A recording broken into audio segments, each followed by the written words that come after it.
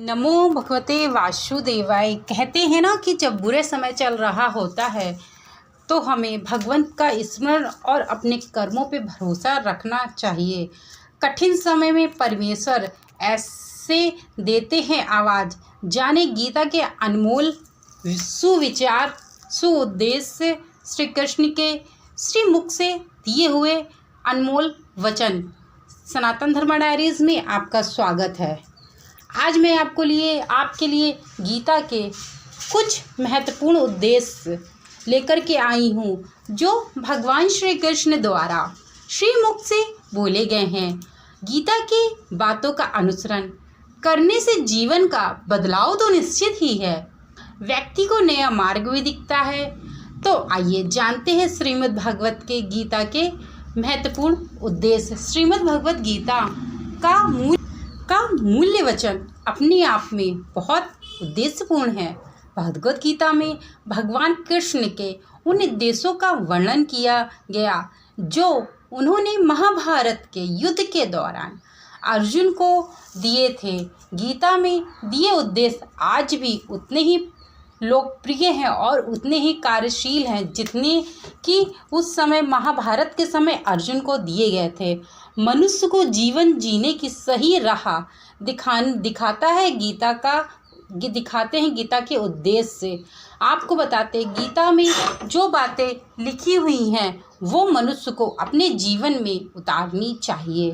धर्म मार्ग का अनुसरण करते हुए सद्कर्म करने की शिक्षा दी जाती है। गीता के मार्ग से जीवन की सभी दुविधाओं और समस्याओं का हल मिलता है। गीता में माना जाता है कि गीता के बातों का अनुसरण करने से जीवन बिल्कुल बदल जाता है और जीवन में चमकती हुई चीज़ें यानी कि आपका भाग्य चमक जाता है और व्यक्ति को हर काम में सफलता मिलती है। तो आइए जानते हैं श्रीमद् भगवद गीता के विचारों के बारे में। गीता उपदेश की महत्वपूर्ण बातें। गीता के अनुसार कठिन समय में जब मन से धीरे से आवाज़ आती है कि सब अच्छा होगा, सब ठीक हो जाएगा, वही आज परमेश्वर की होती है, यानी कि वही आवाज़ परमेश्वर की होती है। जब आपके मन से धीरे से एक आवाज़ आती है, कोने से एक दिल में दिमाग में ये आवाज़ आती है कि अभी मेरा बुरा समय चल रहा है, कुछ दिनों बाद सब ठीक हो जाएगा। इसीलिए कितना भी मुश्किल समय क्यों ना हो, हमेशा धैर्य से काम लेना चाहिए, क्योंकि इस समय ईश्वर आपके साथ ही होता है, आप उसको महसूस करते हैं। और भगवान श्री कृष्ण कहते हैं कि जो मेरे उद्देश्यों और मेरे मार्ग पे चलता है, दिए हुए मार्गों पे चलता है, वह कभी भी अपने जीवन में दुखी नहीं रह पाता है। गीता में श्री कृष्ण कहते हैं कि बढ़ती हुई आयु को इस बात का एहसास कराती है कि उसे किन चीज़ों को महत्व देना चाहिए और किन्हें नहीं। यानी कि जैसे जैसे हमारी जो उम्र है वह बढ़ती है, वो हमें अपने अच्छे और बुरे व्यवहार के बारे में हमें अवगत कराती है। मनुष्य को एहसास होता है कि उसने व्यर्थ ही उन लोगों को महत्व दिया जिनका उनके जीवन में कोई योगदान ही नहीं था। यानी कि मनुष्य को उन लोगों पे ध्यान केंद्रित नहीं करना चाहिए जिनका उद्देश्य उनके जीवन में कुछ भी नहीं है, कोई भी महत्व नहीं है। जब भी मन परेशान हो तो एक गहरी सांस लेकर अपने सारे कष्ट, दुविधा और परेशानी प्रभु के चरणों में समर्पित कर दीजिए। आप फिर देखेंगे कि किस तरह से वह जो परेशानी है, वह जो दिक्कतें हैं, वह धीरे धीरे समाप्त होने लगेंगी, क्योंकि जीवन की सारी परेशानियां प्रभु के चरणों में आकर अपने आप ही समाप्त हो जाती हैं।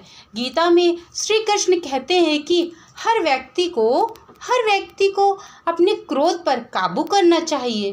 क्रोध आने पर व्यक्ति का खुद पर नियंत्रण नहीं रहता है और वो आवेश में आकर गलत काम कर बैठता है। इसलिए व्यक्ति को सदैव अपने क्रोध पर इतना नियंत्रण रखना चाहिए कि मनुष्य चाह कर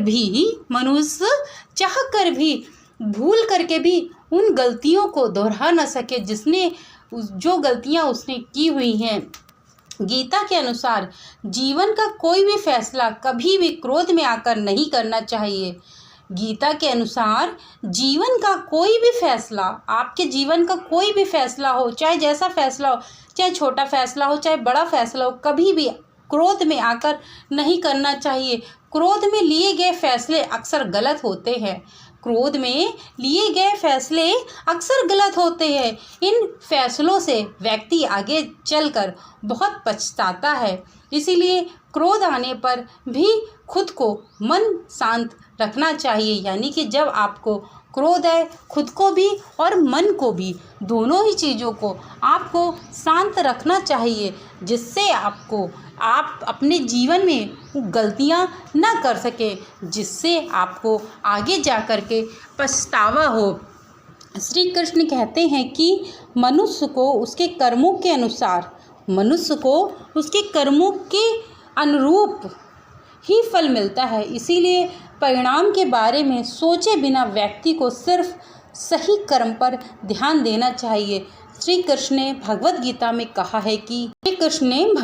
में कहा है कि मनुष्य को सदैव अपने कर्म इतने सत्कर्म रखने चाहिए और सही दिशा में करने चाहिए, ताकि मनुष्य को कभी भी पछताना ना पड़े। और मनुष्य को सदैव अपने क्रोध पर नियंत्रण रखना चाहिए। यदि कोई व्यक्ति अपने क्रोध पर नियंत्रण रखना सीख जाता है तो वह अपने आप ही समझ जाता है कि उसे कहाँ क्रोध करना है और कहाँ नहीं करना है। क्रोध में लिए गए अक्सर फैसले सारे गलत होते हैं।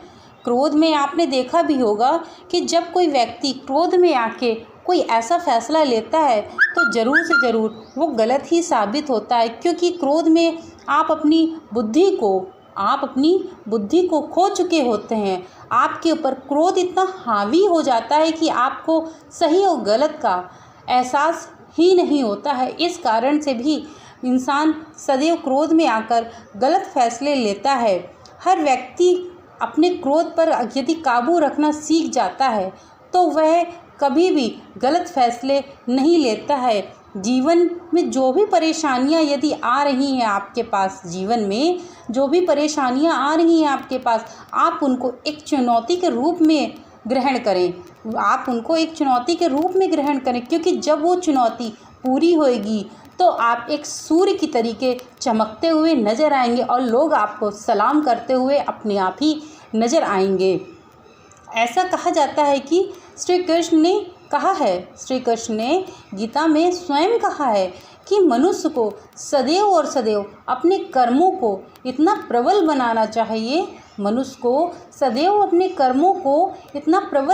चाहिए कि चाहकर भी दूसरा कोई मनुष्य उस मनुष्य को नीचा ना दिखा पाए। यदि कोई मनुष्य अपने जीवन में सफलता का राज पाना चाहता है तो उसे रोज़ ही भगवत गीता का स्मरण करना चाहिए। यदि कोई अपने जीवन में सफल होना चाहता है तो भी उसे भगवत गीता का ज्ञान और उद्देश्य दोनों ही पढ़ने चाहिए, क्योंकि उससे उसके जीवन में जो चुनौतियां आ रही हैं उसे लड़ने के लिए उससे शक्ति मिलती है। और भगवान के चरणों में जो आपने परेशानियां अर्पण की हुई है वह स्वयं श्री कृष्ण दूर कर देते हैं, क्योंकि आपने विश्वास करके भगवान के चरणों में सच्चे मन से वह जो दिक्कतें हैं, जो परेशानियां हैं, आपने सच्चे दिल से भगवान के सामने अपनी परेशानियों को रख दिया है, तो ऊपर वाले ने भी तो कुछ अच्छा ही सोचा होगा जो आपने उनके चरणों में परेशानियां रख दिया है।